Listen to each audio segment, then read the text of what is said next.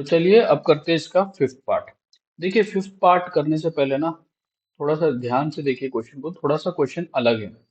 देखिए यहाँ पे कैसा लिखा है हमें, y+2 y-3 y+8, ये ना थोड़ा सा अलग है और सब ब्रैकेट में। तो यहाँ ना हम पेयरिंग करेंगे। हम क्या करेंगे कि +2 के साथ ऐसा कोई नंबर लेंगे जिसको सॉल्व करके और फिर जो बाकी के बच जाएंगे उनको भी सॉल्व करके सेम आए। मतलब जैसे कि अगर मैं यहाँ पे 2 लेता हूँ +2 और मैं इसके साथ लेता हूँ +3, ठीक है।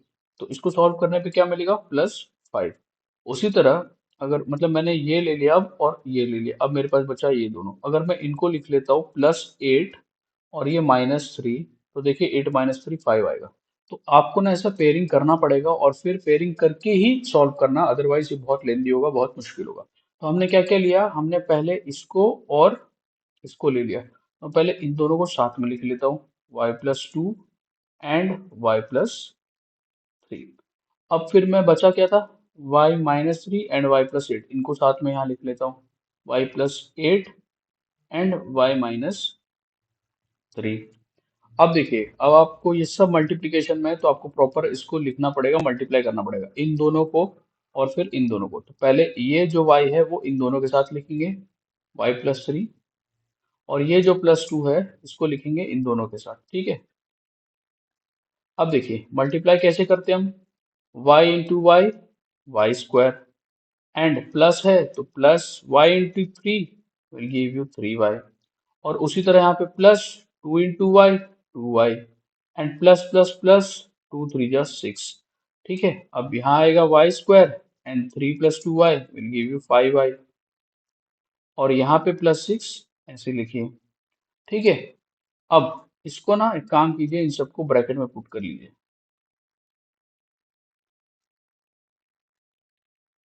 ठीक है।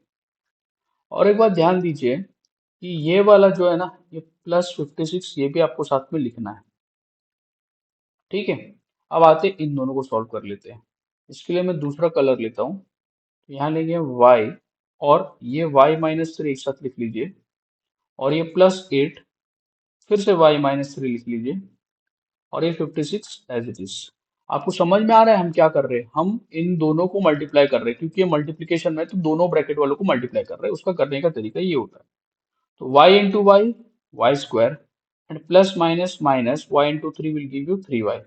फिर यहाँ का plus 8 × y 8y and plus minus minus 8 × 3 = 24, और ये 56 ऐसे ही रहेगा, ठीक है। अब देखिए ये सब ब्रैकेट में है, इसको ब्रैकेट में ही रखिए। अब क्या होगा, ये y² और ये देखिए +3y +8y, 8 - 3 हो जाएगा, यानी 5 साइन बड़े नंबर का प्लस, और यहाँ पे आएगा -24, ठीक है। और ब्रैकेट के बाहर है +56, ठीक है। हम इसको एज इट इज लिखेंगे जो है जैसा। अब देखिए यहाँ पे कुछ आपको कॉमन मिल रहा है क्या, यहाँ पे आप अगर ध्यान से देखोगे तो आपको कॉमन मिलेगा x, ठीक है। मतलब x निकाल सकते हैं हम लोग यहाँ से, देखिए यहाँ पे और यहाँ पे। तो y² + 5y and y² + 5y, यहाँ पे मैं इसको x कंसीडर कर सकता हूँ या फिर m भी, तो हम m ही ले लेते हैं। So late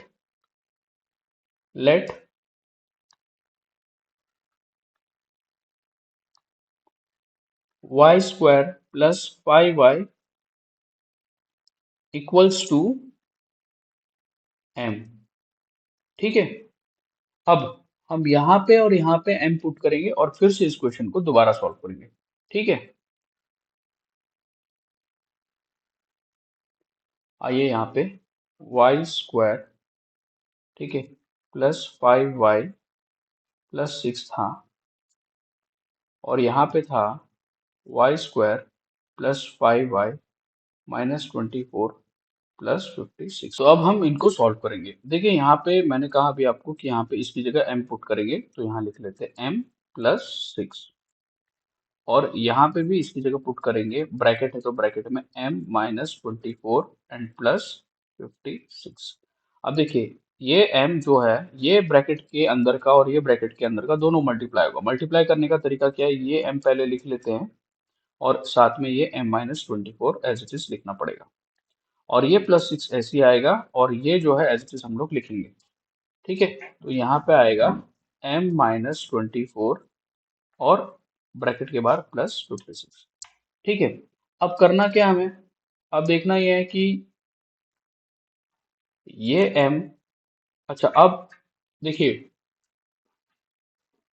m into m, m square, -24 into m, 24m, plus 6 into m, 6m, and plus minus minus, और देखिए 6 इंटू 24, 24 सिक्स आप देखोगे तो आएगा 144। ठीक है, 24 सिक्स आप कर लीजिए यहाँ पे, देखिए 144 आया, और माइनस में 144 है, +56।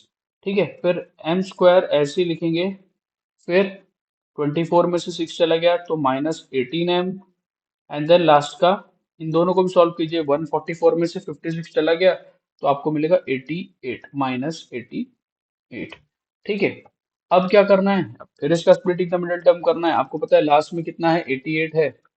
मैं इसको थोड़ा रब कर लेता हूँ, यहाँ पे थोड़ी जगह बना लेता हूँ, और 88 वन जा 88। अब 88 के फैक्टर्स निकालिए। पहली बात, क्या फैक्टर्स निकलेंगे, 244 जा, 222 जा, 211 जा, एंड देन 11 वन जा।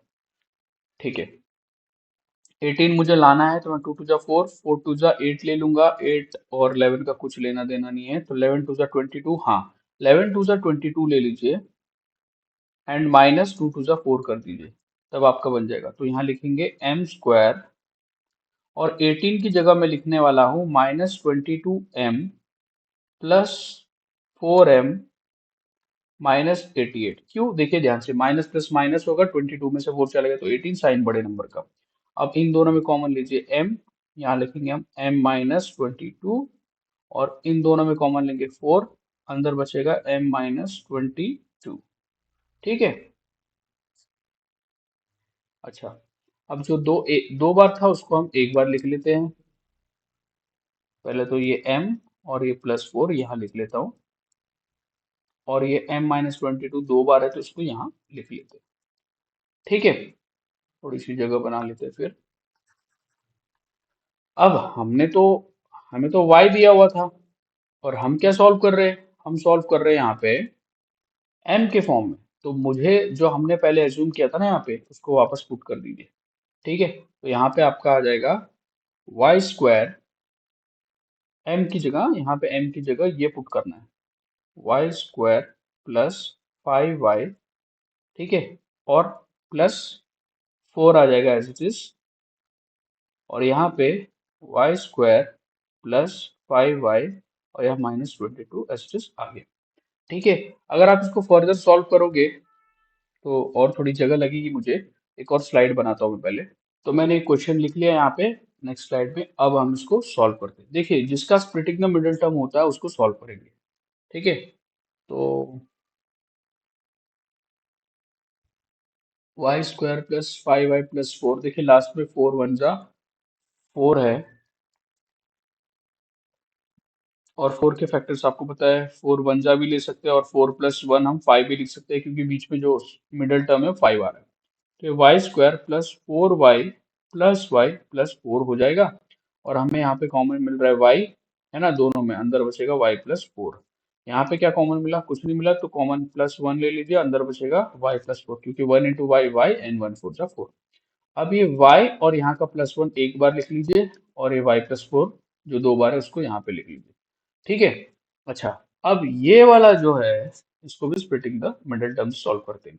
यहाँ पे 1 है, यहाँ पे 22 है, तो 122 जा 22 होता है, 22 के फैक्टर्स देखिए, 122 जा होता है 22, और 22 के फैक्टर्स निकाल दो, 2 11 जा और 11 वन जा।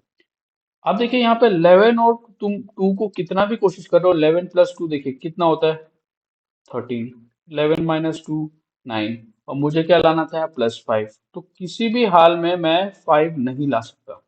ठीक है, तो फिर ये सॉल्व नहीं होगा, तो इसको हमको एज इट इज लिखना पड़ेगा। ठीक है, तो ये जो वाई स्क्वायर प्लस 5y -22 है ना, ये सॉल्व नहीं होगा, और ये एज इट इज यहाँ पे आ जाएगा। तो यहाँ पे आपका क्वेश्चन खत्म। ठीक है, एक बार फिर से ध्यान दीजिए इस क्वेश्चन की तरफ जो मैंने अभी आपको बताया। ठीक है, देखिए सबसे पहले इस क्वेश्चन में क्या करना था, पहले आपको कॉमन निकालने हैं। इनमें से कॉमन मतलब कोशिश करनी थी हमें कि कौन से नंबर से हम ऐड या सब्ट्रैक्ट करके सेम नंबर लाए। देखिए यहाँ का मैंने 2 उठाया, यहाँ का 3 उठाया, एक साथ मैंने देखिए +2 + 3 5 हो रहा है, और ये 8 - 3 लिखा। मतलब मैं इन दोनों टर्म्स को एक साथ लिखा और इस टर्म को एक साथ लिखा।